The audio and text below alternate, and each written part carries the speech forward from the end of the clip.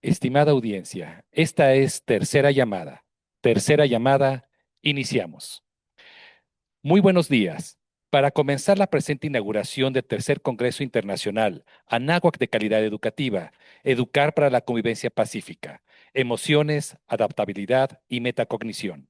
Es importante cuidar las normas de protocolo de nuestra universidad, así como los lineamientos de seguridad sanitaria para los aquí presentes. Le recordamos que una política adecuada de protección civil contribuye a disminuir los daños causados por desastres naturales, así como a reducir al máximo la pérdida de vidas humanas. Es por ello que les pedimos que en caso de una emergencia, fenómeno natural o situación de riesgo, conserven la calma y desalojen el auditorio de manera ordenada para concentrarnos en los puntos de seguridad que están ubicados fuera de este edificio. Muchas gracias.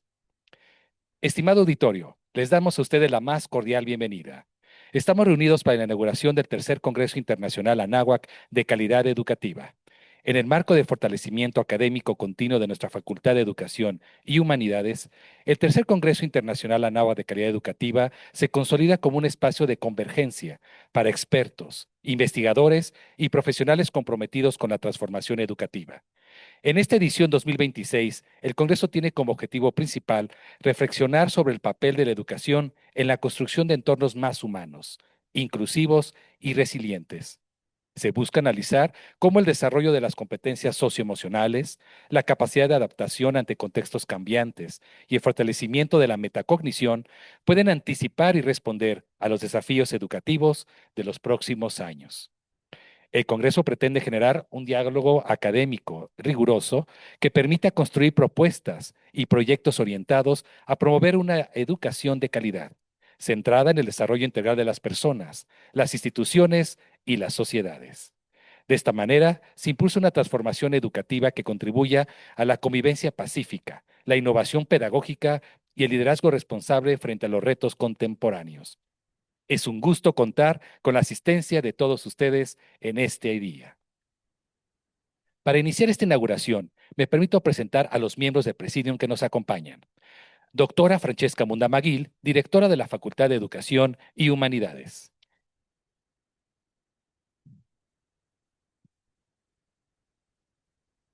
También contamos con la presencia de los conferencistas magistrales. Doctora Verónica Fernández Espinosa.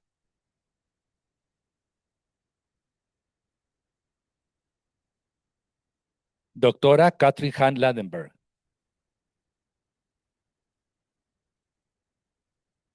Doctora María Magdalena Isaac.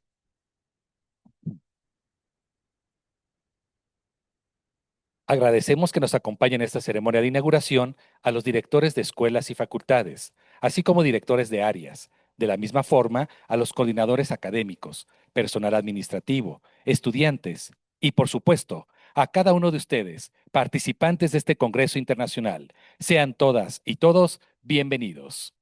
A continuación, cedemos la palabra a la doctora Francesca Mundamaguil, directora de la Facultad de Educación y Humanidades, quien se dirigirá a los presentes.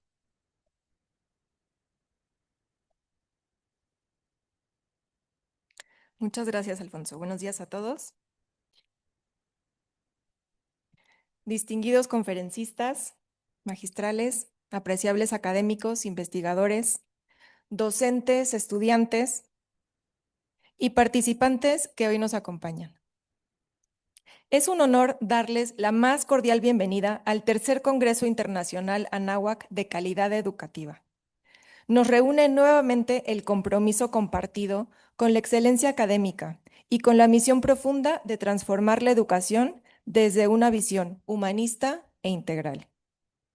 En esta edición 2026 nos convoca un tema particularmente relevante: educar para la convivencia pacífica, emociones, adaptabilidad y metacognición. En un contexto global marcado por la incertidumbre y el cambio constante, la educación está llamada no solo a transmitir conocimientos, sino a formar personas capaces de convivir con respeto, de gestionar sus emociones con equilibrio y aprender de manera autónoma y consciente. Hablar de convivencia pacífica es hablar de dignidad humana, de diálogo y de responsabilidad social. Es reconocer que la escuela y la universidad son espacios privilegiados para cultivar la empatía, el pensamiento crítico y el compromiso con el bien común. La educación tiene el poder de prevenir la violencia, de tender puentes y de formar ciudadanos capaces de construir comunidades más justas y solidarias. Asimismo, la adaptabilidad y la metacognición se presentan hoy como competencias esenciales. Preparar a nuestros estudiantes para un mundo en transformación implica enseñarles a aprender durante toda la vida, a reflexionar sobre sus propios procesos y a asumir un rol activo en su desarrollo personal y profesional. Este congreso se consolida como un espacio de diálogo académico riguroso y de colaboración interdisciplinaria. A lo largo de estos días, escucharemos voces nacionales e internacionales que enriquecerán nuestra perspectiva y nos invitarán a replantear nuestras prácticas educativas. Cada ponencia, cada mesa de trabajo y cada conversación representan una oportunidad para seguir construyendo propuestas innovadoras que fortalezcan la calidad educativa. Agradezco profundamente a todo el equipo, a mis compañeros e integrantes del comité organizador por su dedicación y esfuerzo, así como a cada uno de ustedes por su presencia y participación activa. Su compromiso demuestra que la mejora educativa es una tarea permanente y compartida. Los invito a vivir este congreso con apertura intelectual, espíritu crítico y disposición al diálogo. Que este espacio nos inspire a renovar nuestra vocación educativa y a asumir con responsabilidad el desafío de formar generaciones capaces de convivir en paz y liderar con sentido ético. Muchísimas gracias y sean todos muy bienvenidos.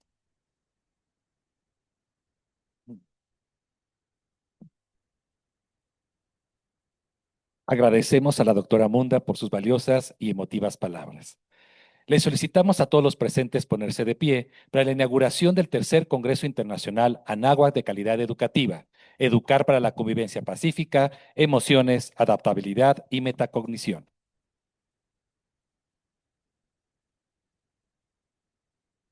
Siendo las 9:16 el día 4 de marzo del 2026, en el campus norte de la Universidad de Anáhuac, México, declaro formalmente inaugurados los trabajos del tercer Congreso Internacional Anáhuac de Calidad Educativa. Que este encuentro académico sea un espacio fecundo de diálogo, reflexión y construcción conjunta en favor de una educación que promueva la convivencia pacífica, el desarrollo integral y la excelencia académica. Bienvenidos todos. Muchas gracias.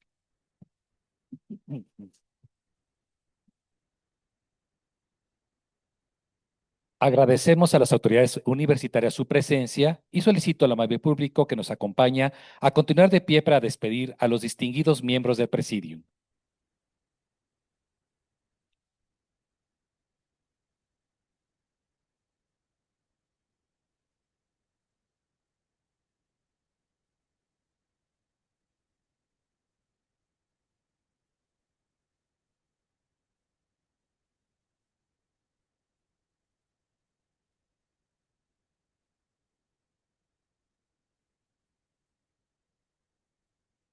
Muchas gracias. Por favor, tomen asiento. A continuación, comenzaremos con nuestra primera conferencia magistral a cargo de la doctora Verónica Fernández Espinosa, cuyo título es Educar el carácter, emociones y pensamiento crítico para un futuro en común. Para participar con sus preguntas, les solicitamos que utilicen el código QR que se encuentra en la parte posterior de su gafete. Muchas gracias. La doctora Verónica Fernández es profesora en la Facultad de Educación y Psicología de la Universidad Francisco de Vitoria y directora del Centro de Educación en Virtudes y Valores de dicha institución. Doctora en Liderazgo y Dirección de Instituciones de Educación Superior por la Universidad Anáhuac, México, con reconocimiento también por la Universidad Complutense de Madrid. Cuenta con una sólida trayectoria en gestión y dirección educativa, especialmente en el trabajo con adolescentes y jóvenes. Durante más de una década fue responsable internacional del área de colegios del Reino in Christi y actualmente lidera proyectos internacionales. Su labor académica e investigadora se centra en el liderazgo educativo y la ética de las virtudes aplicada a la educación. Es autora de diversas publicaciones sobre liderazgo y formación del carácter. Colabora como consultora e investigadora en el proyecto Values-Based Leadership del Oxford Character Project de la Universidad de Oxford. Es vicepresidenta del European Character and Virtue Association y trabaja con el Jubilee Center for Character and Virtues de la Universidad de Birmingham. Cedemos la palabra a la doctora Fernández con este aplauso.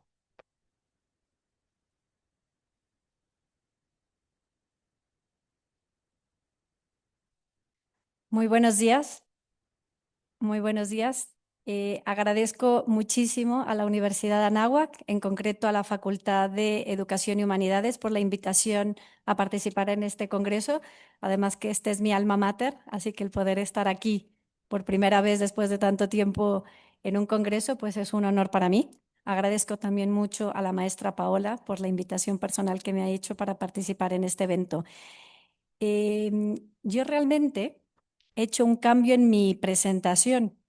El título original de mi ponencia era este, pero ante los recientes eventos que hemos venido pasando, ¿no?, en estos últimos 15 días, ¿no?, tanto en nuestro país como a nivel internacional, veo lo oportuno que es tener un congreso que se titule Educar para la Convivencia Pacífica, ¿no?, en un momento tan turbulento a nivel mundial, ¿no? Pues quise titular mi ponencia Educar el carácter para un futuro en común. Va a ser similar, no creáis que he hecho un cambio drástico, pero me voy a centrar mucho en el tema de las virtudes, el perdón y el florecimiento humano, ¿no? Porque creo que nos puede ayudar a entender cómo la educación, ¿no?, puede ayudar a cambiar un poquito este futuro que nosotros vemos en común. Y mi tesis central, ¿no?, lo que me voy a centrar a lo largo de esta ponencia, en que en los contextos de polarización y daño en los que nos estamos encontrando actualmente, la educación del carácter, explicaré más adelante a qué nos referimos cuando hablo de educación del carácter, resulta necesaria para formar personas capaces de contribuir a lo que llamamos una paz positiva que nos lleve a ofender menos y perdonar mejor. Vivimos en una sociedad eminentemente individualista, emotivista, fragmentada, y realmente tenemos que decir qué está haciendo la educación para revertir, ¿no?, lo que estamos viendo. Hemos visto y vemos y experimentamos en nuestra propia vida a nivel personal y luego a nivel social, mundial, que todos somos dañados o dañamos, porque aquí no se trata solo de vivirlo como víctima, sino que yo también daño, yo también genero mal, yo también, ¿no? Realmente lo podemos ver, ¿no? Se acercan fiestas navideñas y todo es problema, ¿sí o no? ¿No? El vecino, en el tráfico, experiencia del daño, el que yo causo y el que me causan. Daño a nivel social, daño a nivel mundial, que no hace falta no entrar en detalles para verlo. Y vemos cómo el conflicto se ha ido también amplificando gracias a todo el tema de las redes sociales, ¿no? Antes la comunicación, que es tan maravillosa y espectacular, pero bueno, nos ha ayudado también a amplificar el tema del conflicto. Ha habido y está habiendo muchísima más polarización, una cultura de cancelación que experimentamos cada día. Imagino que vosotros lo vivís también en primeras personas en vuestras aulas, ya sea a nivel colegio e universidad. Es que yo lo vivo en las clases, nos enfrentamos a esto. Pero si salimos, pues vemos lo que está pasando en Irán, lo que está pasando aquí, es que vemos cada parte del mundo, nadie nos salvamos de todo esto. Y vemos cómo el tema del perdón es un tema decisivo en la vida moral, porque es nuestra respuesta al mal. Hay distintos filósofos, psicólogos, que están estudiando a fondo este tema, ¿no? ¿Qué significa este tema del perdón? ¿Vale? Autores como Glenn Pettigrew, Chiara Palazzolo, lo veremos más adelante, Enright, hay muchísimos psicólogos, filósofos adentrándose en este tema, porque el perdón es nuestra respuesta al mal. Porque ante el mal, ¿cuáles son nuestras opciones? Venganza, que es lo que estamos viviendo ahora, ¿no? Ojo por ojo, diente por diente, me ha faltado, ¿no? Lo vivimos a nivel personal, me la paga, ¿no? Puede haber indiferencia o puede haber perdón. ¿Cuáles son nuestras opciones? ¿Y para qué estamos educando? Lo vemos en nuestros mismos colegios, que ¿no? Si a la niña le dicen algo, tú regrésasela, ¿sí o no? Que yo no digo que no hay que enseñar a defenderse, o sea, es un tema complejo, pero ese es el modo por ambas partes, ¿vale? Y cómo nuestra respuesta al mal revela nuestra verdadera fuerza moral, es decir, revela quién soy, revela nuestro carácter. Y aquí yo os invito a que nos hagamos una pregunta. ¿Qué tipo de educación necesita una sociedad herida? Hoy día se habla mucho de las heridas, ¿no? ¿Qué tipo de educación necesita una sociedad herida? Porque si no, estamos simplemente siendo, ¿no? Llegando a poner tiritas donde hay heridas, pero no estamos yendo a la causa para que se hiera menos, para que haya una sociedad que esté menos herida. ¿Cómo estamos trabajando esto? O sea, podemos ver, ¿no? Están las guerras, eh, todo el tema que estamos viviendo, ¿no? Pero también el tema de la salud mental de nuestros jóvenes, el tema del individualismo que ya hemos comentado, etcétera, ¿no? Pero hay una sociedad que está muy herida. Y por ello quería presentaros, ¿no? Ante este tema de una sociedad herida, voy a presentar simplemente los resultados de este informe. Es un informe que sale cada 10 años desde el Observatorio de la Juventud Iberoamericana, en donde México también está incluido. Este es uno que se hizo desde el 84 hasta el 2017 y ahora en el 2027 saldrá el de esta última década. Pero nos vamos a ir al 2017. ¿Cómo se vive todo este tema moral, ¿no? ¿Qué ha pasado desde el 84 hasta el 2017? ¿Vale? Ha habido un aumento de la actitud moral frente a todos los comportamientos, tanto los cívicos, incluidos los que implican violencia física, el terrorismo o la violencia de género, los familiares, sexuales. Ahí podéis ver, ¿no? Es alucinante. Cuestiones que antes eran consideradas como no hay que hacerlo, esto es un mal, ahora es permitido. Y para un joven, ¿no? Es como, pues así es. ¿Qué cultura hemos ido creando? ¿Qué ha ido pasando en educación, ¿no? Por ejemplo, emborracharse a propósito, evitar pagar un billete en algún transporte público, etcétera, ¿no? Engañar en el pago de impuestos si se puede, clonación de personas, divorcio, etcétera, etcétera, etcétera. Son distintos comportamientos, ¿no? Que han ido adquiriendo mayor aceptación social, como que no está mal y un joven, ¿no? Lo va cada vez asumiendo. Y ante todo esto, no sé si habéis escuchado hablar, está Johann Galtung, que es el padre de los estudios de la paz, ¿no? Que él señala y hace ver que hay dos tipos de paz. Existe lo que él llama una paz negativa, que sería una paz en donde es verdad, hay ausencia de violencia, no hay guerra, pero es un estado pasivo, ¿no? Donde el conflicto se evita o se suprime, pero no se abordan las causas últimas de qué está ocasionando esa violencia. Simplemente es como, bueno, aquí no pasa nada, hay que sonreír, ¿no? Dejémoslo en paz, un poquito, ¿no? Lo que podemos vivir también a nivel personal. No quiero ser conflictiva, vamos a llevar las cosas en paz, pero no vamos a la raíz de lo que ha ocasionado verdaderamente ese conflicto.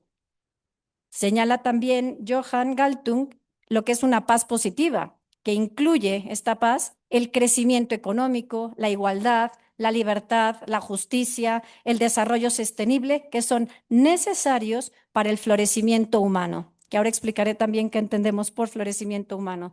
Es decir, esta paz positiva es aquella que aborda las causas de la raíz de un conflicto, ¿no? Si hay pobreza, si hay discriminación, desigualdad, etcétera, aborda cuáles son las raíces, ¿no? ¿Qué está llevando a que haya pobreza? ¿Qué está llevando a que haya violencia? Para ir poniendo medios. Y el Johann Galtung dice, la paz es la presencia del conflicto en una forma que permite que se gestione constructivamente. Y esto es importante. Ahora, mi tesis, partiendo de esto, es que si la paz es gestionar el conflicto de una forma constructiva, no basta con la no violencia. Hace falta un proceso activo y estructuras justas, derechos, libertad, desarrollo, etcétera, que es verdad, pero solo se sostienen con personas con virtudes, con carácter que puedan llevar esto a cabo.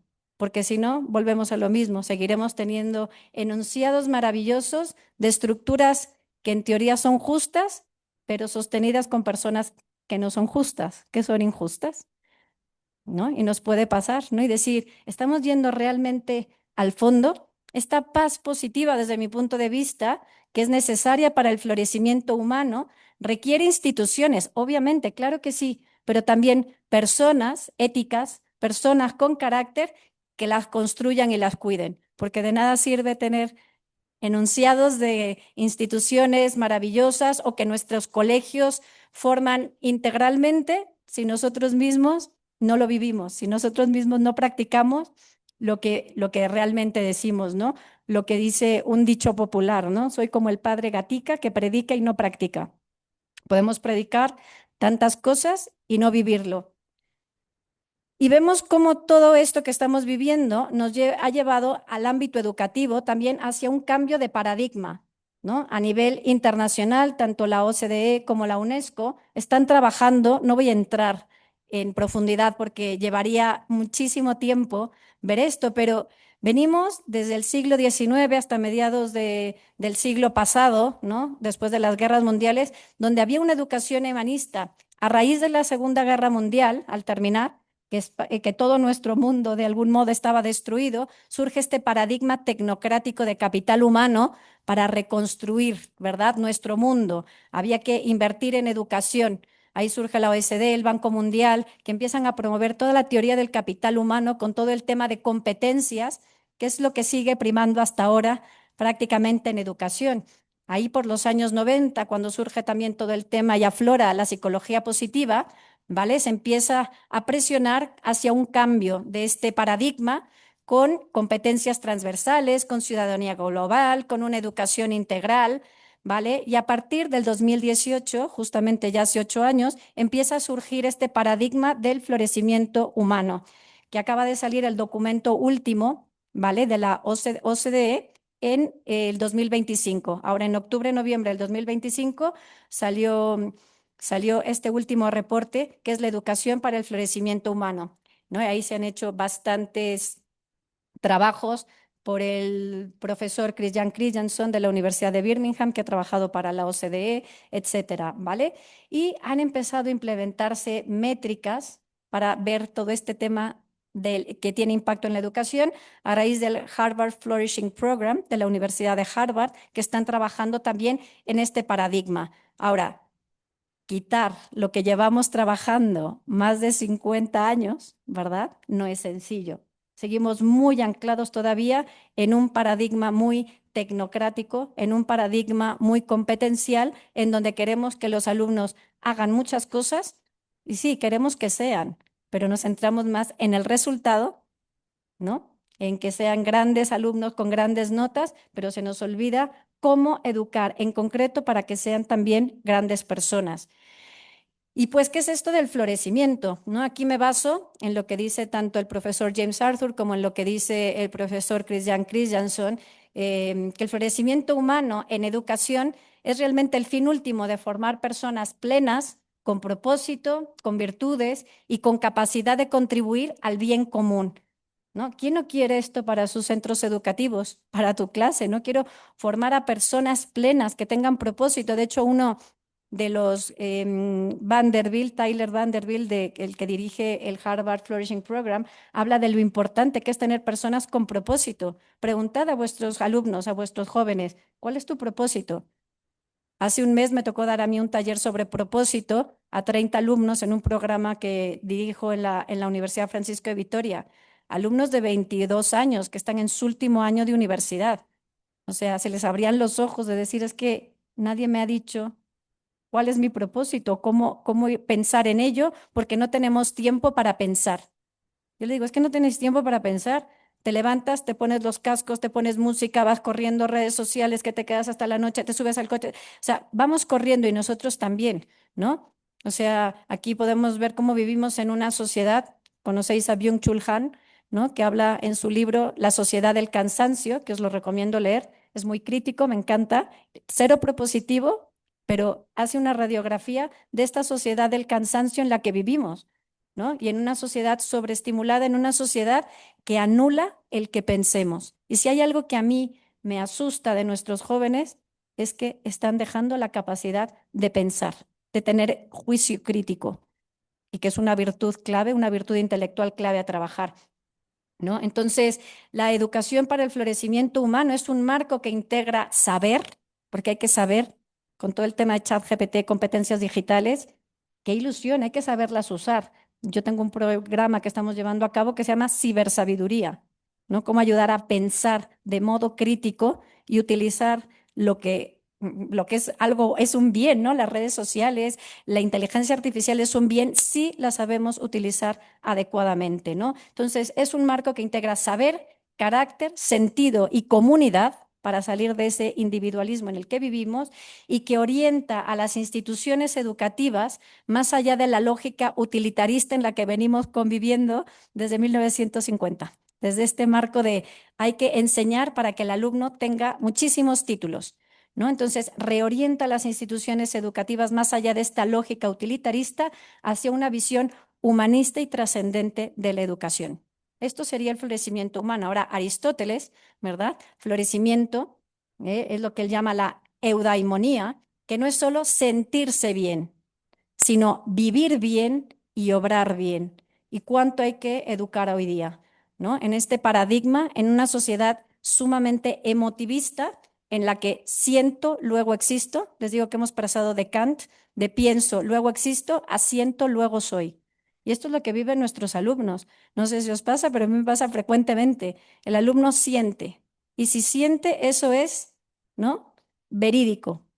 Entonces, no nada más es sentirse bien. ¿Y qué es lo que estamos buscando? El alumno busca sentirse bien, pero no vivir bien y obrar bien. Y todos nosotros, de algún modo somos víctimas, ¿no? Entramos en esto mismo también. Queremos sentirnos bien y muchas veces vivir bien y obrar bien nos hace sentir bastante mal. Y eso creo que hay que volver a acostumbrarnos a esta cierta contradicción o este paradigma en el que realmente vivimos, porque, ¿no?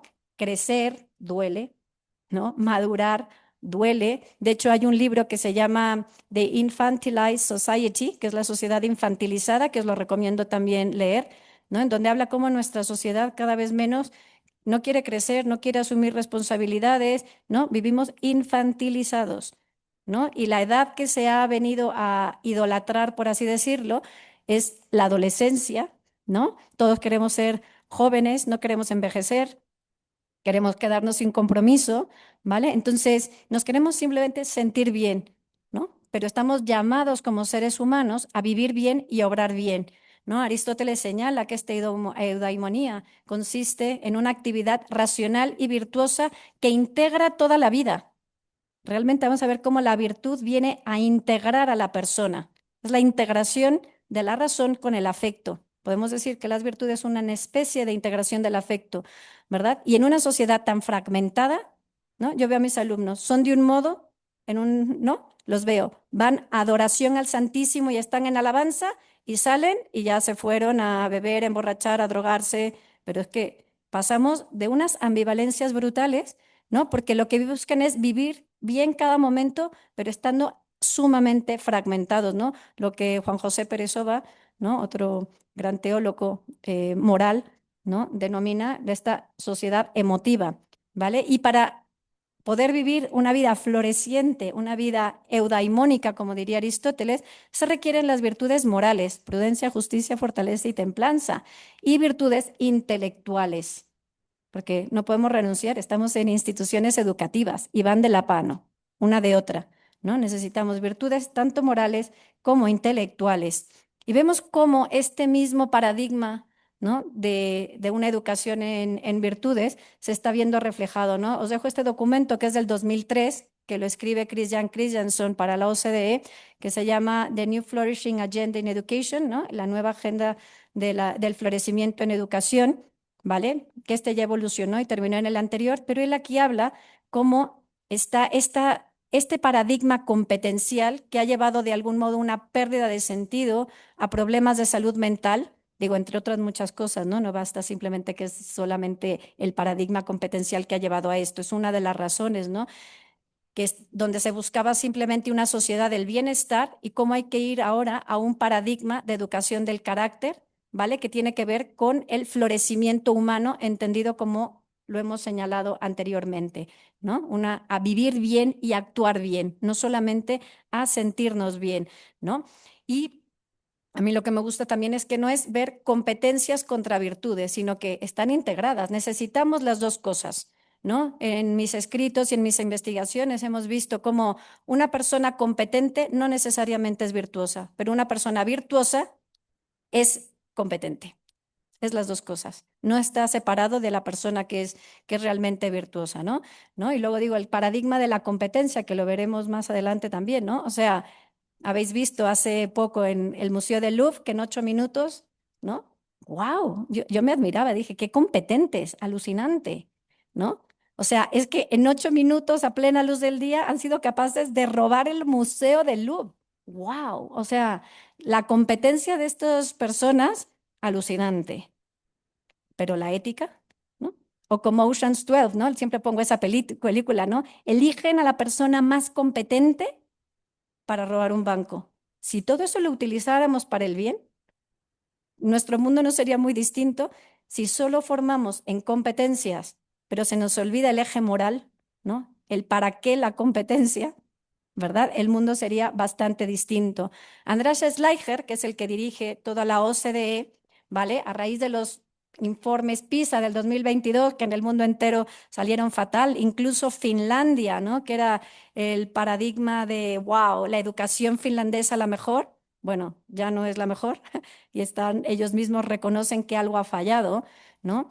Pero él dice como esta educación tecnocrática, no está logrando transformar de manera significativa la vida y el bienestar integral de los estudiantes.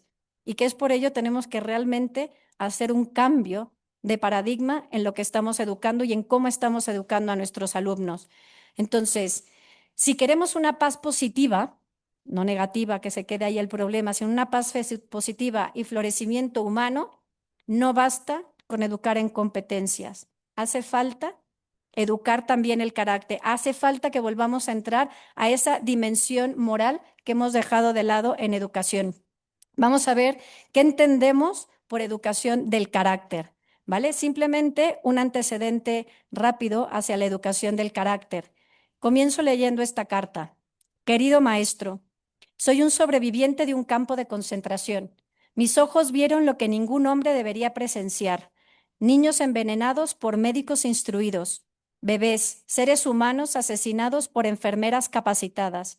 Mujeres y niños fusilados y quemados por graduados de secundaria y universidad. Por eso desconfío de la educación.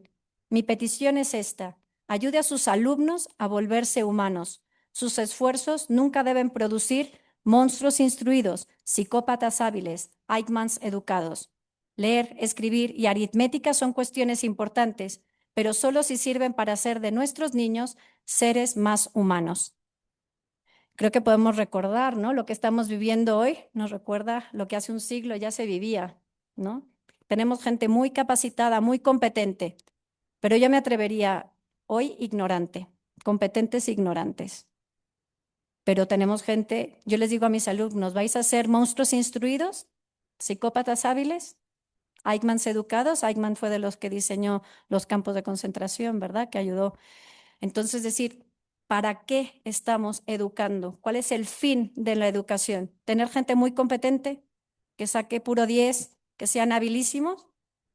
Estamos generando futuros campos de concentración de otros modos, ¿no? Unido a gente bastante ignorante, ¿no? Entonces, esta educación del carácter surge, ¿no? A raíz de esto mismo que ya señalábamos de esta guerra mundial. A raíz de esto surgen varios filósofos, entre ellos, bueno, Elizabeth Anscombe, que habla de una moral del deber voluntarista, meramente deontológica, ¿no? Deudora de Kant, ¿no? Y del consecuencialismo, ¿vale? Ella habla de la importancia de la intención y las virtudes. Tiene un libro muy importante que se llama Intention, ¿no? Que escribe Elizabeth Anscombe, ¿no? Y también McIntyre, que murió hace poco, en el mes de mayo. Él también escribe su libro Tras la virtud, contra una moral emotivista e irracional, y habla de la importancia de volver a la virtud y a la comunidad, ¿no? Llevan hablando desde esto, mira, desde hace cuánto, y no cala, ¿eh? Y no entra en el ámbito educativo, ¿no? Entonces, todo el tema de esta ética de la virtud surge como respuesta a una moral racionalista, voluntarista, y tanto como una moral relativista y emotivista, ¿no? De la que es deudor también Hume, con todo el emotivismo, ¿no? Que hoy estamos sufriendo todas sus consecuencias.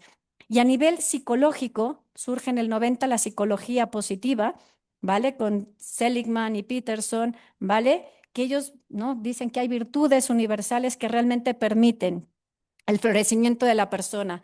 Entonces, en pocas palabras, podríamos decir que la educación del carácter es la vertiente educativa práctica de esta ética de la virtud y la psicología positiva.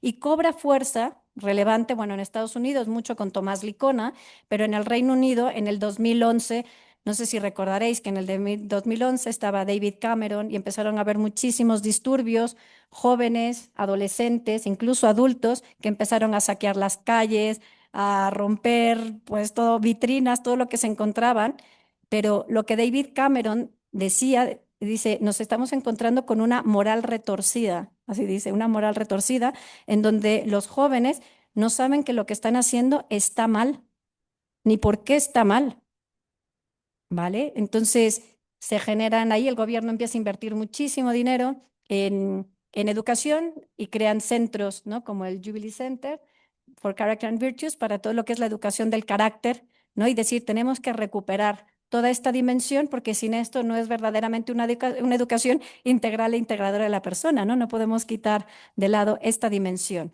¿vale? Entonces ahí cobra fuerza.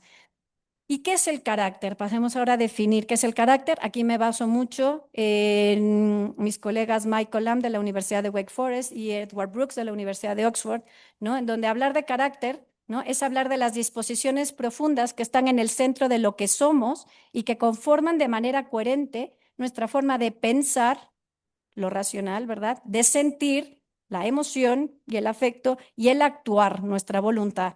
Nuestro carácter está moldeado por nuestras elecciones en la vida, la gente que nos rodea, las historias que contamos, los espacios que habitamos, los altibajos de nuestra experiencia. Es en esencia lo que significa ser humano e implica virtudes, ¿no? Implica ese ejercicio de virtudes. Ahora, entrando a todo el tema de qué son las virtudes, yo tengo que confesaros, y supongo que a muchos de los que estamos aquí, la palabra virtud nos suena realmente como un corsé tremendo, terrible, ¿no? Como diría Nietzsche, yo si fuera, o sea, Nietzsche era averso a todo el tema de la virtud, ¿no? Y la presentaba como una señora encorsetada que nos está diciendo lo que tengo que hacer y lo que no, ¿vale? Yo soy conversa a las virtudes, yo soy de esta misma corriente que dije, no quiero volver a oír más de virtud en mi vida porque siento que me encorseta, que me olvida ser la mujer perfecta que no soy. Y estudiando, ¿no? Yo puedo decir que soy conversa a este ámbito cuando logré entender realmente lo que son las virtudes dentro del dinamismo de la acción humana, ¿vale? Voy a empezar por decir qué no son las virtudes, ¿vale? Supongo que la conocéis, seguramente algunos de vosotros habéis visto a Marie Kondo, ¿verdad? Marie Kondo, pues la virtud no es tener todo perfecto, ordenado, por colores, ¿no? Donde mi vida tiene que ser, ¿no? Perfecta.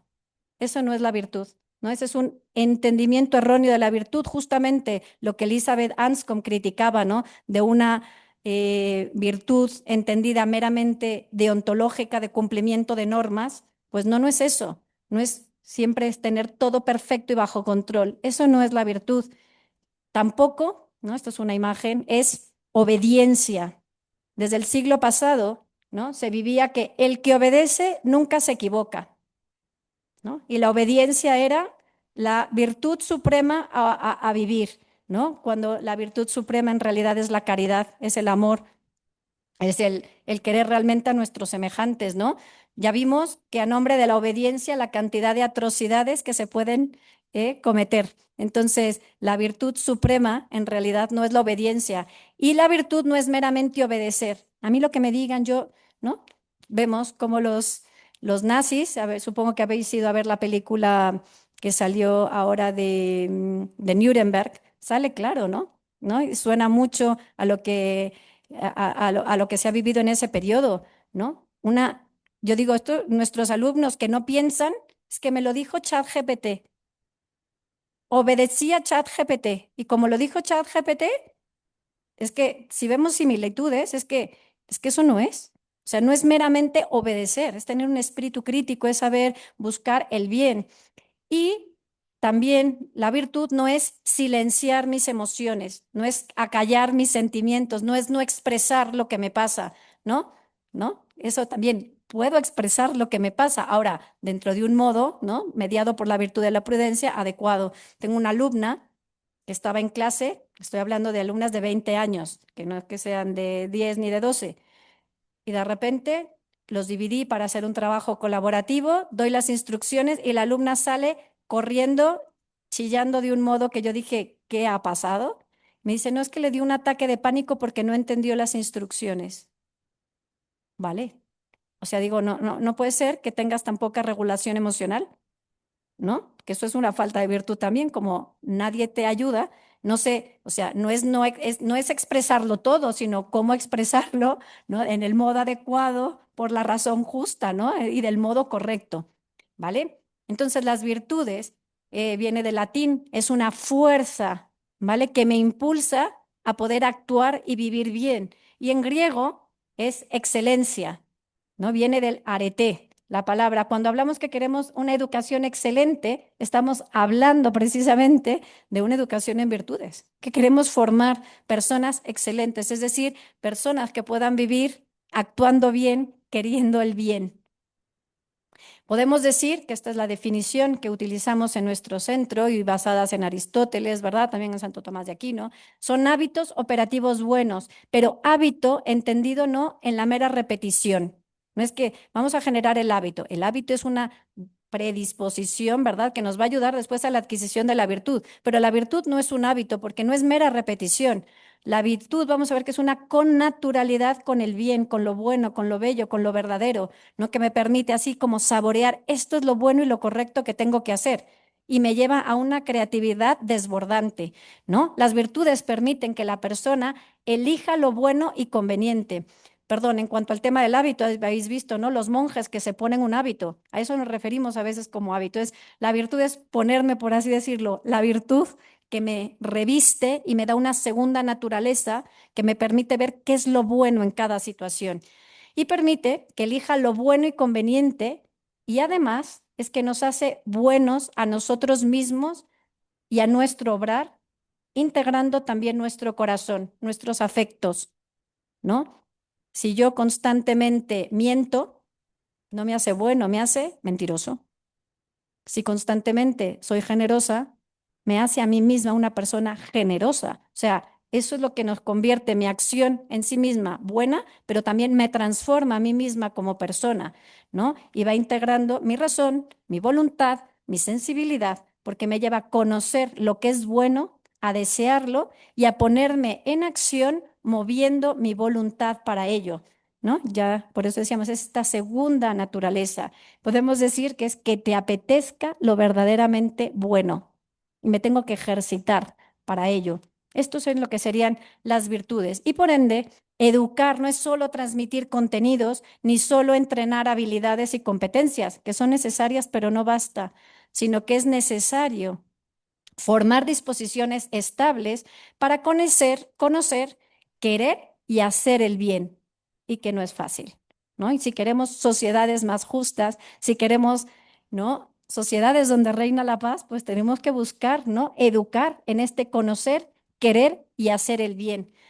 Y es que las virtudes hacen el bien más reconocible, que ahora a veces tenemos nebulosa. ¿Qué es lo que tengo que hacer? ¿Qué es lo bueno? ¿Qué es lo correcto en esta situación? Hacen también el bien más apetecible. Quiero esto porque sé que es lo correcto, ¿no? Como Sócrates. Yo os pongo aquí un ejemplo. El año pasado yo organizo una semana que se llama la Semana de Educación del Carácter en la universidad y pusimos como 4 stands con las virtudes cardinales: prudencia, justicia, fortaleza y templanza. Me ayudaron alumnos y yo estaba en la de la justicia y decíamos, ¿qué es mejor, cometer una injusticia o padecerla? El 80% de alumnos decía, no, yo cometo la injusticia porque yo no quiero padecer nada.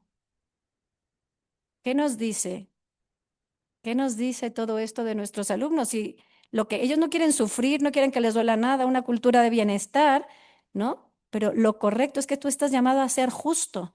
¿Cómo no va a haber bullying? ¿Cómo no va a haber ciberbullying? ¿Cómo no va a haber daño? ¿Cómo no va a haber corrupción si realmente estoy buscando lo opuesto, ¿no? Si mi moral está realmente desconectada, ¿no? O una compañera que le decía a un ingeniero, ¿para qué necesitamos ética si yo ya sé lo que tengo que hacer? Yo decido qué está bien y qué está mal. No necesito que nadie me lo venga a decir. Así llegan, ¿vale?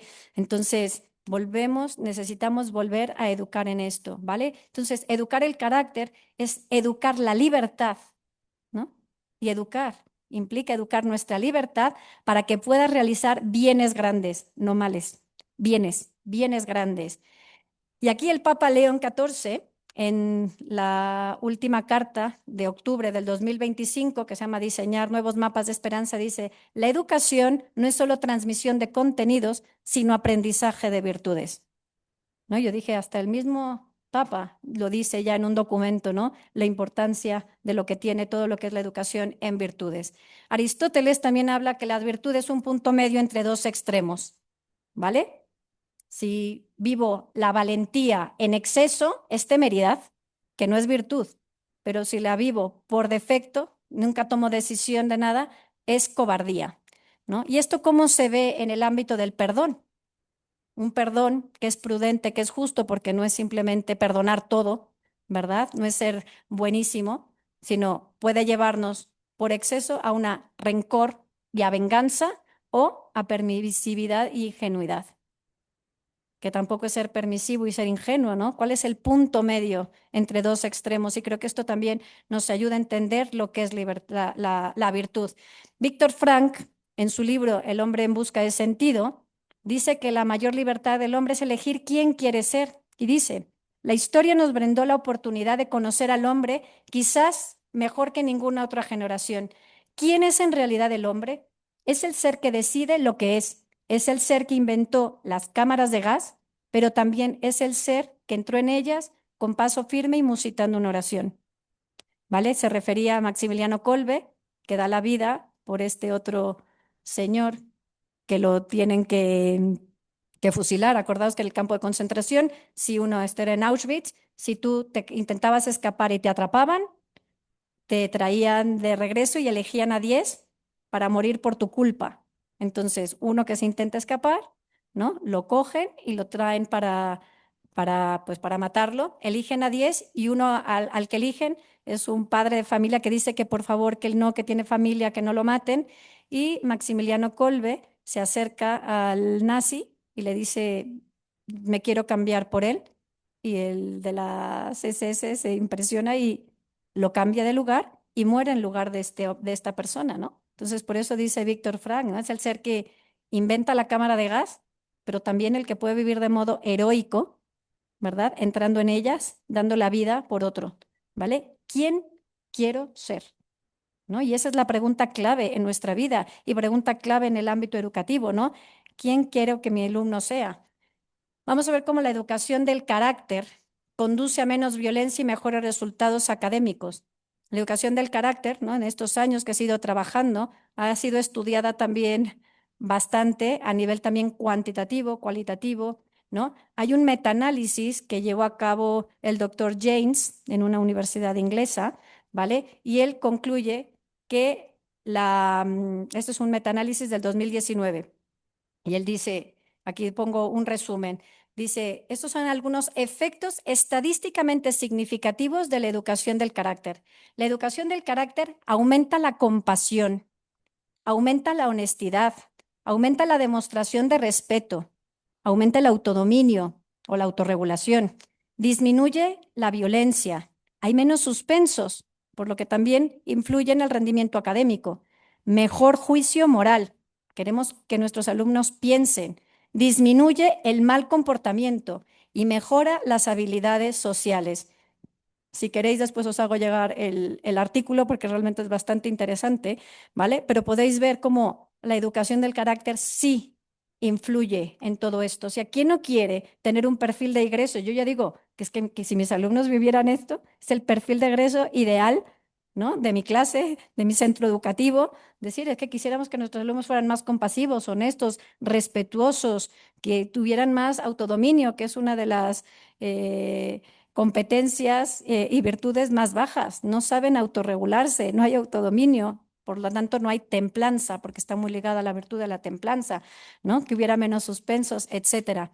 ¿Vale? Estoy trabajando con un colegio público en la en Querétaro y estuve la semana pasada con ellos y era alucinante que decían los mismos profesores, es que ahora los alumnos quieren venir al colegio, está viendo menos faltas, quieren venir, quieren aprender y se han estado centrando mucho en educación del carácter.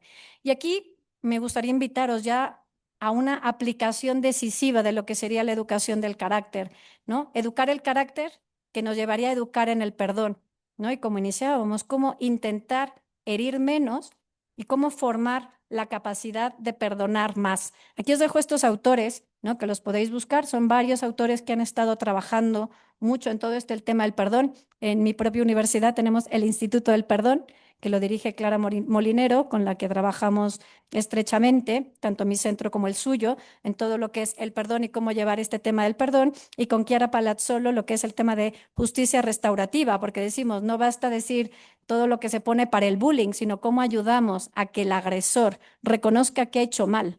Porque muchas veces pasa que ponemos muchos límites, pero el alumno no reconoce que ha hecho mal, ¿no? Un poquito como los nazis. ¿De qué sirve? Yo digo, mueren pensando que obraron genial, pero jamás reconocen que fueron injustos o que obraron de modo inadecuado. Y esto pasa mucho también en nuestras aulas. Y que esto, no voy a entrar en el tema, pero un tema crucial es el tema del trabajo con familias en todo esto, ¿vale? Que aquí sería otra ponencia de 2 horas y me quedaría corta. Entonces, por un lado, educar el carácter para ofender menos, es porque la educación del carácter, la educación en virtudes, previene el daño, ¿no? Todo el que haya, no es que no vaya a haber conflictos ni injusticias, pero las hay en menor proporción, ¿vale? Hay menos abuso de poder, menos humillaciones, ¿no? Y aquí entran en juego varias virtudes, ¿no? Que acompañan siempre la educación en el perdón, como la prudencia, que es clave, pensar antes de actuar, medir las consecuencias de nuestras acciones. Hoy día que nuestros jóvenes no piensan, no miden, qué importante es ayudarles a tener momentos de pensar, de reflexionar. Hay una escuela en Madrid que los últimos 10 minutos suena una campana, desde infantil hasta primaria, y son 10 minutos, que estés en la asignatura que estés, son 10 minutos en donde el profesor acompaña al alumno a reflexionar qué ha pasado en el día, por qué han hecho lo que han hecho, cómo se han sentido, si tienen que pedir perdón. Alucinante, ¿eh? Yo fui a verlo y yo dije, y les da igual, ¿eh? Y ha ayudado muchísimo, porque dicen, es que si no lo hacemos en la escuela, no lo hacen, porque las familias no apoyan, corremos todo el día, ¿no? Un momento de reflexión, de pensar, para ayudarles a interiorizar, para ayudar a que el alumno pueda crecer en intimidad, que se está perdiendo. No hay intimidad, no hay interioridad, por lo tanto, falta de identidad. Si no hay interioridad, si no hay intimidad, ¿no? Vulnera el propio tema de la identidad. La virtud de la justicia, que nos recuerda que el otro es un fin en sí mismo y al que tengo que amar, al que tengo que cuidar, ¿no? La fortaleza y la templanza que nos permiten gestionar nuestra frustración, nuestra ira, nuestros deseos desordenados para buscar un bien hacia el otro. Humildad y magnanimidad que transforma nuestras relaciones. Qué importante es la relación educativa. Una relación que obviamente es asimétrica, pero una relación en donde hay humildad, donde hay grandeza de corazón, grandeza de ánimo, transforma la relación, ¿no? Y podríamos seguir con generosidad, gratitud, etcétera, ¿no? Entonces, el cultivo de estas virtudes no es que nos hagan santos ni mejores, pero nos ayudan a ofender un poquito menos al otro. El cuidar más lo que voy a decir. El que si voy conduciendo, nada, déjalo pasar, ¿no? ¿No? Gente que conduce en estado zen porque ya no quieren, mejor, ¿para qué? Vamos a llegar bien porque ya voy a llegar histérico a mi casa, mejor ya conduzco en estado zen, dejo el paso. ¿Para qué nos enfadamos, sí o no? Te responde alguien mal y tú le respondes mal y empiezo la carrerita y empieza ahí toda nuestra, ¿no? Hay una doctora australiana que habla todo el movimiento de las emociones y cómo nos lleva a nuestras reacciones, ¿no? ¿Qué permito sentir y qué no? Ya empiezo y decir, nada, relájate, no, o sea, que se te cruce un coche no pasa nada, ya, ya, sanantes y listo, ¿no? Pero imaginaros esto a gran escala, ¿no? Entonces, si crecemos en virtudes y mejoramos nuestro carácter, ¿no? Si ayudamos a nuestros alumnos a ello, si ayudamos a las familias a ello, los demás pueden sufrir un poquito menos por mi culpa, por lo menos un poquito. También reconocer que yo infrinjo daño. Y ahora, si educo el carácter para perdonar mejor, vemos que también las virtudes bien integradas hacen posible un aspecto del perdón.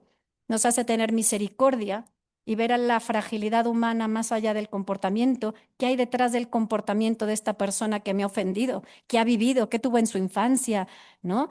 Humildad que derrumba la superioridad moral que podemos nosotros quizás sentir ante otros, con la magnanimidad que elevamos nuestra mirada hacia un bien grande que nos lleva a sanar y a reconstruir las relaciones, la fortaleza que nos sostiene en el proceso de perdón cuando el dolor vuelve a aparecer, ¿no? Que siempre va a estar ahí. O sea, ¿quién no? Os cuento rápidamente un caso.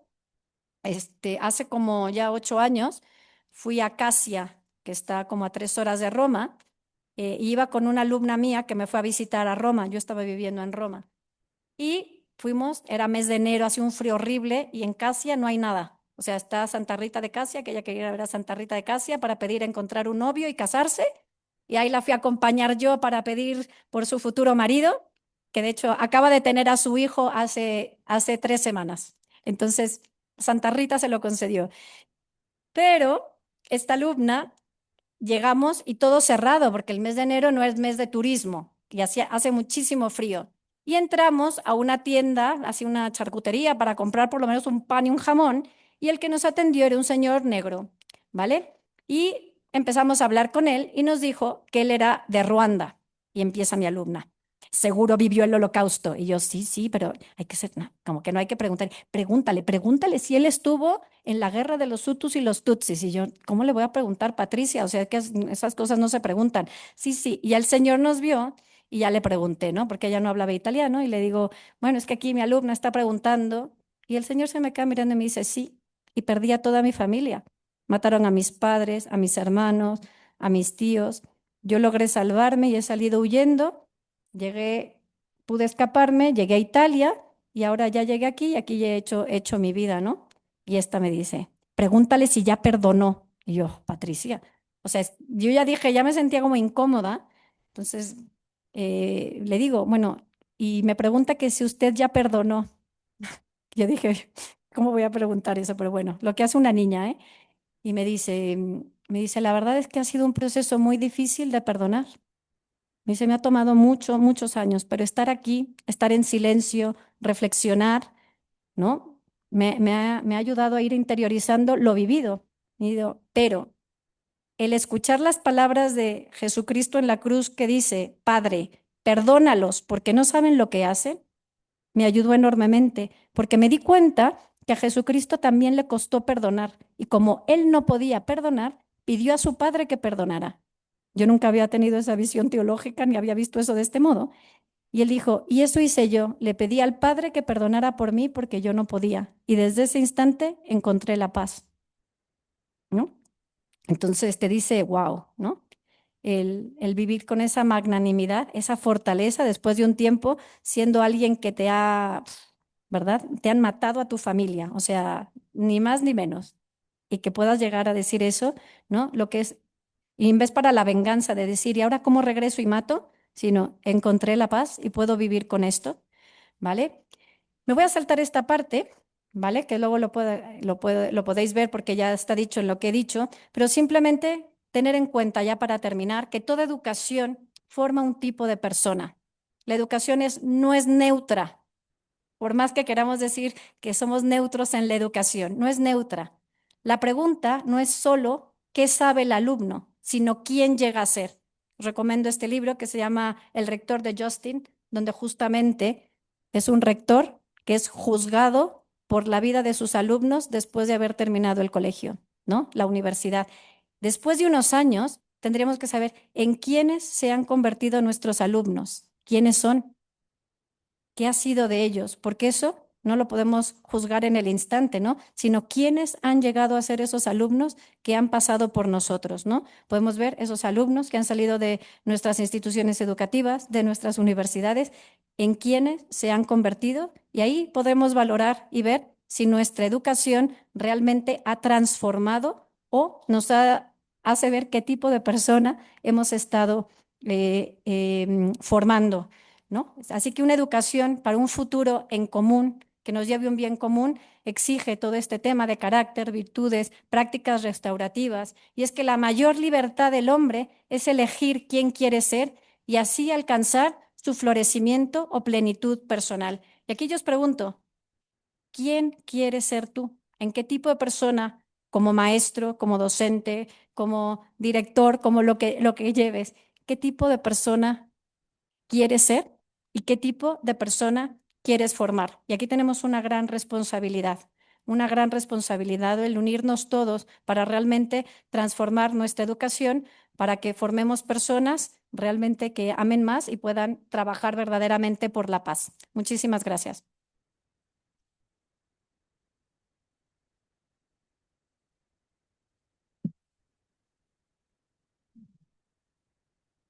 Agradecemos infinitamente a la doctora Verónica Fernández Espinosa por su notable participación en la conferencia magistral y vamos a iniciar precisamente, doctora, con unas preguntas que tenemos por parte del auditorio. Curiosamente, iniciando por la última, porque también tiene un comentario. El comentario es, gracias por la ponencia, es un bálsamo para el corazón y una esperanza. Y la pregunta de esta persona es, ¿qué estrategias o sugerencias nos puede dar para formar en la capacidad de perdonar? Bueno, muchas gracias. Creo que como lo hemos dicho, no es algo inmediato lo de formar en la capacidad de perdonar, es educar precisamente en estas virtudes. No hay que educar, como viene en esta diapositiva, ¿no? Que necesitamos formar en humildad, en empatía, en cuestiones muy básicas, ¿no? Nuestros alumnos a veces no saben tener la menor empatía de entender qué le pasa al otro o en formar en verdadera justicia. Por ejemplo, pienso todo lo que hacemos en las escuelas en cuanto a disciplina, ¿no? La famosa disciplina positiva, que yo le llamo más bien una disciplina formativa, ¿vale? Porque no se trata solamente de conectar con el alumno, decirle que sí a todo, sino una disciplina que forme al alumno, nos puede llevar a entender por qué él no está actuando bien, qué es lo justo, qué es lo injusto. Mirad, creo que tenemos que volver a alfabetizar en virtudes. El respeto, ¿no? Os puedo contar historias de lo que a mí me sucede con mis alumnos universitarios de faltas de respeto, pero además cuando hablas con ellos te das cuenta de que es que lo que yo entiendo por respeto y lo que ellos entienden por respeto son dos cosas sumamente distintas. Entonces, creo que para poder educar en el perdón, tenemos que volver a entender, o sea, como unir qué vocabulario. Es que tengo alumnos, una vez uno que me faltó el respeto bastante mal, no lo voy a decir lo que me dijo, y yo me giré y le dije, perdón. Y me dijo, ¿pero qué tiene? Y yo, ¿cómo que qué tiene? Es que así no se le habla a las personas. Me dice, yo así le hablo a mi madre. ¿Y qué? Yo dije, ya entendí. Pues si su madre lo permite, para él eso no es falta de respeto, ¿no? Antes era, levantabas la mano, pedía, ahora es que eso no. Es que ahora el alumno, os cuento con unos alumnos, un trabajo universitario hecho con ChatGPT, obviamente. Y sabían que yo iba a preguntar, o sea, muy bien, si lo hiciste con ChatGPT, pero me lo fundamentas, me pasas tus prompts. Pero le dije, bueno, aquí me está, bueno, una alumna que me empezó a hablar de la filosofía personalista, dije, no tiene idea de qué es el personalismo. Le pregunto, ¿me puedes explicar, por favor, aquí en tu, qué es el personalismo? Y la alumna se cruzó de brazos y me dice, estoy en mi derecho de no seguir respondiendo. Me estás humillando delante de toda la clase. Dices, ay, ay, ay. Yo de repente digo, ay, ¿qué ha sucedido? Es que es una falta de respeto y no te estoy humillando. Entonces dice, ¿qué estamos haciendo en educación para que eso se dé? ¿Qué estamos permitiendo? Lo que permites, apruebas. Todos los comportamientos que nosotros vamos permitiendo en nuestra sociedad son comportamientos que nuestros alumnos, nuestros niños, nuestros jóvenes van interiorizando como que eso es lo que se debe hacer. Y hemos perdido toda verdadera autoridad. Entonces, para formar realmente en el perdón, hay que ir a lo básico otra vez, que es el respeto, ¿verdad? Respeto, que es la empatía, cosas mínimas básicas. Perdón, gracias, un gracias de verdad ¿no? Salir de ese mundo emotivista. Tengo una alumna en el curso que hacemos con alumnos donde vamos trabajando una virtud 2 horas cada semana y se anotan más de 40, 50 alumnos y no dejamos que se anoten más y salen felices. Y es optativa y van los que quieran. Tenemos filas de alumnos porque dicen, nadie nos habla de esto, ¿vale? Uy. Nadie nos habla de esto. Entonces, con los alumnos, esta alumna decía, hicieron un test sobre la gratitud y luego le decíamos, vale, para que no se quede meramente en tu percepción, pasa el test para que lo haga tu novio, tu amiga, tu madre. Entonces, y luego venían a un diálogo conmigo y ella se había puesto en una escala Likert del 1 al 6, gratitud 6, y su madre le puso 4. Y estaba la alumna de, ¿cómo es posible si yo soy la mujer más agradecida del mundo? Acabamos concluyendo que ella siente gratitud, pero jamás dice gracias. Esa cultura emotivista que hablamos, que el alumno porque siente ya es, y eso nos pasa, entonces trabajarlo con ella dijo, es verdad, jamás le doy las gracias a mi madre por nada, tonterías. Entonces, era una alumna de 21 años, de relaciones internacionales. O sea, que dices, cosas básicas que ya nos saltamos y damos por supuestas y que hoy día en nuestra sociedad no se viven, ¿vale? Entonces, educar al perdón, hay que volver a lo básico, básico. Un lenguaje común, que entendemos por respeto, que entiendo por gratitud, ¿no? Cosas muy básicas, no darlas por supuestas. Y el trabajar con las familias, el tema de la disciplina que ayude con prácticas restaurativas, es lo que podría decir, pero es un camino largo y de conversión cultural y de clima escolar que tiene que cambiar. Muchas gracias, doctora. Vamos a unir una pregunta porque va a nivel curricular. Y la pregunta es, ¿de qué manera las instituciones de educación superior deben abordar curricularmente? Y la otra pregunta dice planes curriculares y la estructura educativa para enseñar la paz y no solo prácticas o actividades curriculares. Ya, muy buena pregunta. Y aquí creo que es cómo ayudamos a que todo el profesorado entienda que todos somos educadores de la formación integral del alumno y no solo el humanista, ¿no? Todos tenemos que transformar nuestra educación desde lo que hacemos, desde cómo enseño yo una clase, cómo llevo yo la disciplina en mi clase. No basta que enseñe, no, hagamos, sí, es verdad que pueden haber ciertas actividades extracurriculares o curriculares que lleve el profesor de humanidades, que está genial, pero yo que doy física, que doy biología, que doy lo que sea, la asignatura que sea, tengo que también saber que tengo que educar en el carácter, que tengo que educar para esto.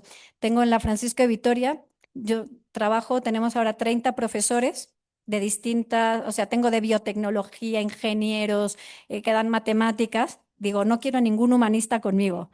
Puros que no sean humanistas, no que no los quiera, sino porque ellos ya lo hacen de algún modo. Y si no, el alumno vuelve a decir, vale, esto es del humanista, ¿qué tiene que ver con mi vida? Yo lo único que necesito es aprender. Pero decir, si integramos esta educación para la paz, ¿no? Desde todas las asignaturas y lo hacemos ver la importancia que esto tiene, realmente cambia. Tengo uno que da clase en ingeniería industrial, él da matemáticas. Y hay un libro que yo le compré en un viaje que yo hice que se llamaba Matemáticas para el florecimiento humano. Y lo está usando en su clase de matemáticas.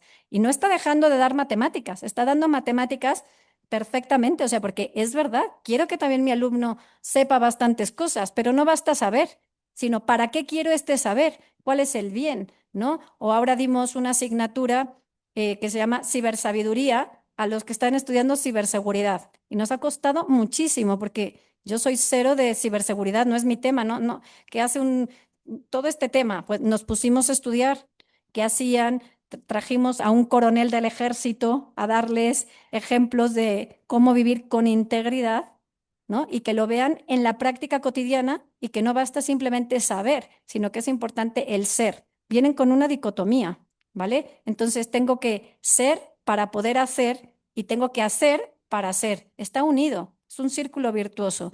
Entonces, no basta tener clases extracurriculares, sino que cada maestro, cada profesor, tengas el título que tengas, ¿no?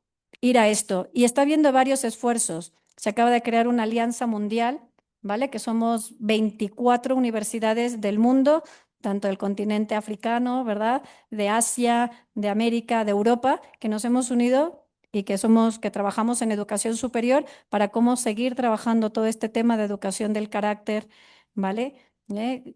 Toda la dimensión socioemocional, virtudes intelectuales con alumnos y vemos qué pasa por los profesores. Estamos haciendo ahora con la Universidad de Wake Forest un estudio de qué opinan los profesores universitarios de este tema. Ya os mandaré encuesta dentro de pronto para que nos ayudéis, pero queremos abordar este tema a nivel mundial, pero tenemos que ayudar que el profesor salga de este paradigma competencial en el que lo hemos metido, de yo solo doy esto, a volverle a hacer ver que él también educa personas, no solo transmite un conocimiento. Y eso pasa por cambiar planes curriculares de futuros maestros, ¿no? ¿Qué estamos haciendo? Porque a veces es difícil cambiar lo que ya hay, ¿no? Pero ¿qué vamos a hacer también desde abajo para esta transformación? Muchas gracias, doctora. Nos vamos ahora al campo de las virtudes. ¿Cómo incorporar la formación de la virtud en los modelos pedagógicos actuales? Bueno, creo que es muy parecido a lo que yo acabo de decir ahora, ¿no? En el ámbito educativo, en el ámbito escolar, hay muchísimas iniciativas ya en este ámbito, ¿no? Es muy, muy sencillo. A ver, yo lo que les digo es que la educación del carácter no es un programa más, es un modo diverso de concebir la educación, porque si lo veo como un programita más que llega, ya tenemos demasiadas cosas que hacer. Si no es cómo hago lo que ya hago de modo intencional para buscar el bien de mi alumno. No se trata de hacer más cosas. Es más, yo lo que vivo diciendo y que ya quien me conoce es, hay que hacer menos. Tenemos niños hiperactivos, pero tenemos instituciones hiperactivas y pensamos que entre más actividades hagamos, mejor formamos, lejos del error. Es decir, ¿cómo hacemos menos para poder ir en profundidad, para generar relación con los alumnos, para poder integrar en lo que ya hago y dejar a los profesores que tengan tiempo realmente de planear bien sus actividades? Yo a veces les digo, ¿cómo no necesitas cambiar? Estás enseñando a los niños lectoescritura. En vez de que les des a leer, yo qué sé qué cosa ahí no les puedes dar a leer textos que aborden temas dentro de los que puedas leer después, no sé, tener un debate con ellos en el aula donde hables, no sé, vamos a trabajar la virtud de la generosidad y leemos un texto sobre la virtud de la generosidad y haces que lo lean bien, subrayan las palabras que no entienden, lo copian y trabajas la caligrafía y después comentas con ellos. O sea, no necesitas hacer más cosas o escribe una carta, ¿no? Que tienes que enseñarles a escribir la carta, ¿no? O sea, utiliza, hacer de modo intencionado lo que ya hacemos, ¿no? O el problema de matemáticas. Si Juan tiene 3 manzanas, ¿no? Y le quitan 2, ¿cuántas manzanas le quedan? ¿Y por qué no dices, si Juan tiene 3 manzanas y por generosidad da 2 a Juan, ¿con cuántas se queda? No te implicó mucho, ¿no? Le quitan en vez de decir regala, ¿no? O sea, y es verdad que además hay que generar este lenguaje común, pero también cada profesor desde lo que yo hace lo puede introducir en el aula. Hay muchas estrategias, también muchas estrategias pedagógicas, lo podéis buscar, ¿no? Hay varias páginas, varios documentos que os puedo hacer llegar donde ya hay mucha cuestión ya hecha a nivel pedagógica, pero yo para mí lo pedagógico es que el profesor lo entienda, lo viva, lo asimile y lo haga de modo intencionado en su aula, en lo que ella hace, y que no lo vea como que tengo que hacer más, sino que tengo que ser más intencionado. Muchas gracias, doctora. Ya la última pregunta prácticamente se podría contestar con una afirmación o negación. Reforzar los proyectos de vida y el sentido de vida en la escuela será la estrategia sólida para educar en la paz. Creo que es una de las estrategias, ¿no? Hay otras muchas, pero creo que el propósito y sentido, que además es uno de los ámbitos del tema del florecimiento humano que apuntan a ello, es algo que hay que, pero ayudar a los alumnos a entender qué es la paz, porque la paz no es ausencia de conflicto, sino es cómo enfrento este conflicto de modo constructivo. Así que sería eso. Agradecemos nuevamente infinitamente a la doctora Verónica Fernández con este fuerte aplauso por su conferencia. Gracias. En este momento se le hará entrega a la doctora Verónica Fernández de un merecido reconocimiento por su participación en esta conferencia magistral.